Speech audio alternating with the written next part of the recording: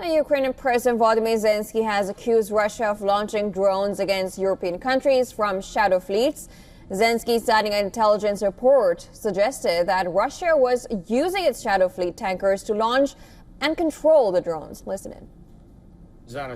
There is now intelligence that indicates that the Russians are using tankers to launch and operate drones against European countries. This is yet more evidence why the Baltic Sea and other seas must be closed to Russian tankers, at the very least to the shadow fleet. Zelensky also spoke about the barrage of drones and missiles that were fired into Ukraine by Russia overnight, which resulted in the death of at least 4 people, including a 12-year-old girl, as Kiev suffered the heaviest assault.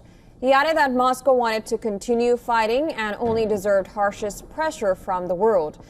Now, Russia claimed it had only hit military targets during the attack. Now, following the massive aerial barrage, Zelensky held a round of calls with allies, including NATO chief Mark Rutte, Finnish President Alexander Stubb, and Norwegian Prime Minister Jonas Gahr Store.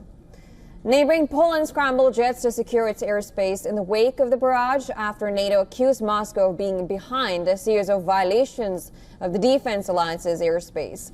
Poland's armed forces said the Warsaw had scrambled fighter jets in its airspace and put ground-based air defense systems on high alert. In recent weeks, several European countries have accused Russia of violating their airspace with drones and fighter jets in what NATO sees as a test of its resolve.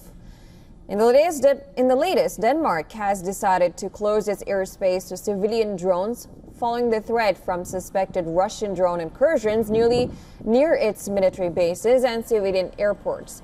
The decision was taken by Danish Transport Ministry to safeguard the upcoming European Council meeting set in Copenhagen.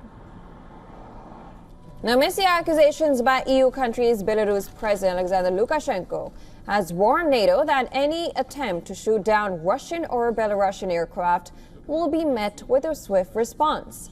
In an interview, Lukashenko said NATO countries were intimidating their populations with the supposed drone threat emanating from Belarus and Russia. His comments came after Russian Foreign Minister Sergei Lavrov told the UN General Assembly that Russia does not intend to attack Europe, but would mount a decisive response to any aggression.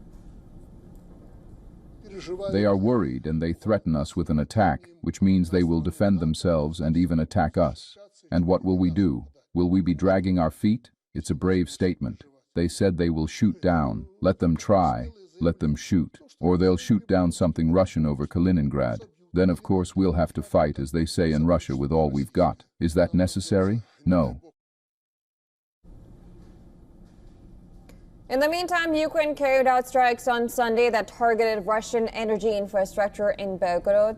Local telegram channels reported that several explosions took place at the local thermal power plant, causing blackout in the city. Belgorod mayor confirmed disruptions with electricity and water supply. The enemy hit infrastructure. We are currently assessing the damage. There are significant disruptions in the power supply. We are now working to address the consequences and will take all possible measures to first connect backup generation where necessary and possible, and to restore supply wherever we can in order to meet the needs of the population and our enterprises. On the other hand, Finnish President Alexander Stubb has taken a more lenient stance while dealing with Russia. Stubb was responding to Russian Foreign Minister Lavrov's remarks, which blamed EU and NATO for declaring war against Russia on the behest of Ukraine. In a CNN interview, he dismissed the assertion, saying, I'm quoting here, "We are not at war with Russia," and asked for a carrot and stick approach.